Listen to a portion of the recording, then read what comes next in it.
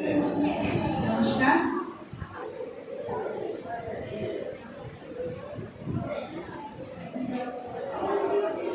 আজ এই মহতি দিনে আমি একটি কবিতা আবৃত্তি করব। তার আগে আমি আমার ছাত্রছাত্রীদের কাছে একান্ত অনুরোধ করছি, তোমরা একটু বেশি না, 8 মিনিট একটু চুপচাপ বসবে। 8 মিনিট। আরেকটা অনুরোধ করছি, এই কবিতার একদম শেষ লাইনে আমাদের কবিতার একটা অংশ, আমাদের জাতীয় সঙ্গীত হবে, সেখানে একটা কবিতার অংশ।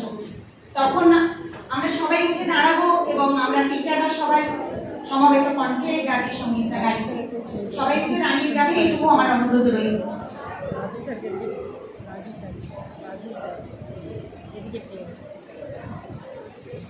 নমস্কার। দেবেশ ঠাকুরের লেখা কবিতা মোগল সরাই জংশন। মোগল সরাই জংশন,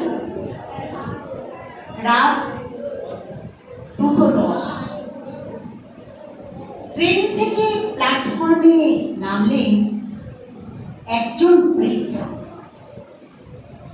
সহসা টিটি এসে তাকে জিজ্ঞাসা করলেন, আপনি কে? आप कौन है? বৃদ্ধ বললেন, INA।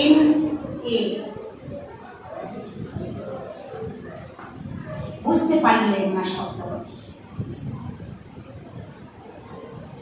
আবার জিজ্ঞাসা করলেন, আপনার টিকিট কোথায়? টিকিট দেখাইয়ে। বৃদ্ধ বললেন, INA। আবার বুঝতে পারলেন না। বুঝতে না পারলে রাষ্ট্রনায়ক যা করে, নিজেই দায়িত্ব নিলেন না, নিয়ে গেলেন ঊর্ধ্বতন কর্তৃপক্ষের কাছে। ঊর্ধ্বতন পা থেকে মাথা অবধি ভালো করে পরখ করে জিজ্ঞাসা করলেন, আপনি কি বাঙালি, বিহারি, রাজস্থানী, কন্নড়, মালায়ালম? বৃদ্ধ বললেন, INA। আবার বুঝতে পারলেন না। আবার জিজ্ঞাসা করলেন, আপনি কে? বড়? নামটা পড়ি, খালিস্তানি? INA। ঊর্ধ্বতন বুঝতে পারলেন না।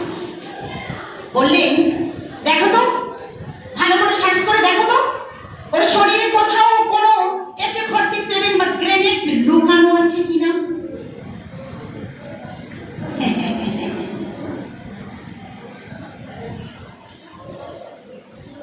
যার শরীরে এই শীতের রাতে সামান্য কটি বস্ত্র ছাড়া আর কিছুই নেই, তিনি কোথায় লুকিয়ে রাখবেন এই মারণাস্ত্র?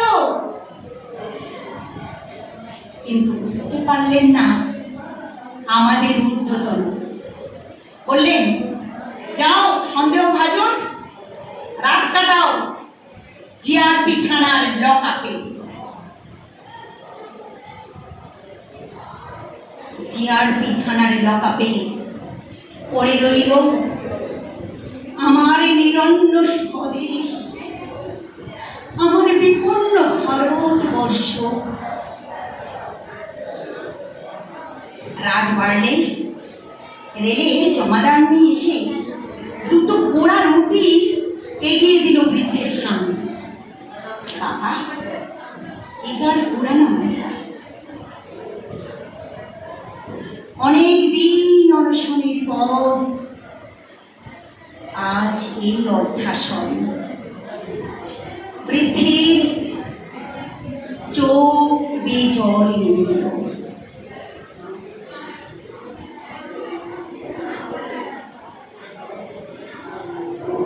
জমাদারনি জিজ্ঞাসা করলেন, আপনি কি কাউকে খুঁজছেন? হ্যাঁ, খুঁজছি। কাকে খুঁজছেন? আমার আত্মীয়দের। আপনার আত্মীয়রা কোথায়? কোথায়, কখন, কারা কানে?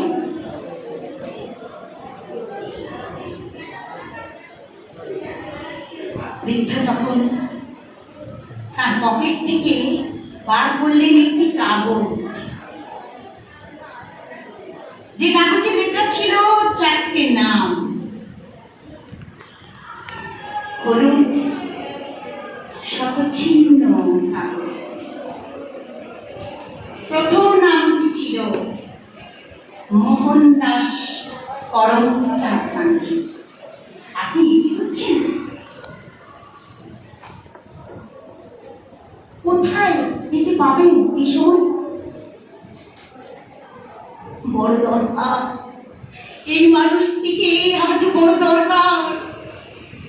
মোহনদাস, তুমি বলেছিলে হিংসা থাকবে না, রক্তপাত হবে না।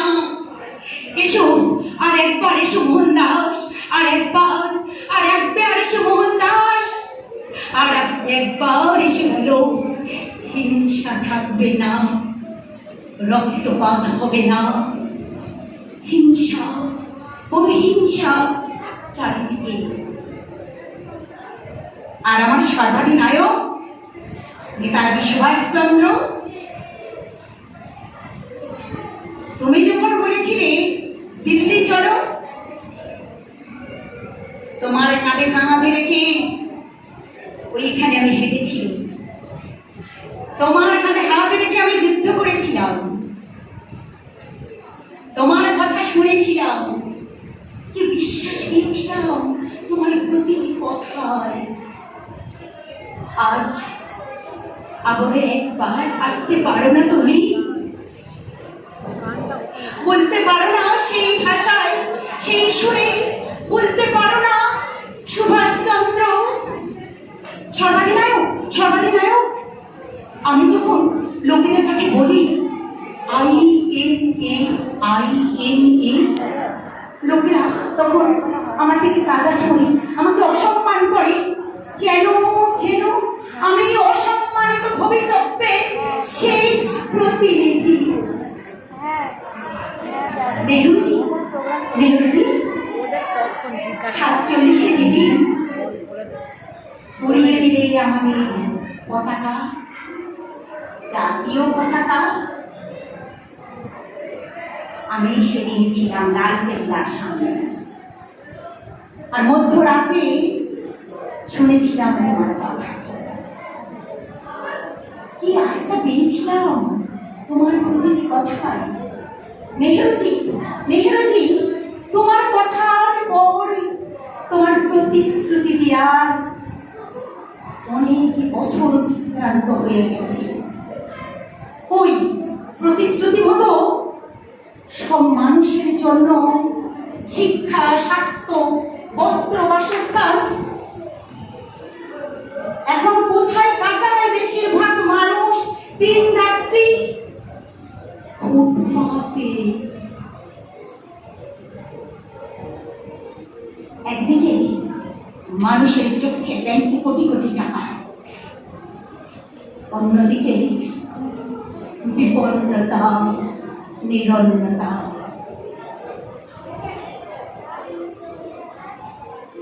এরপর জিআরপি লকআপে ফাটক খুলে দেওয়া হলো। বৃদ্ধ বাইরে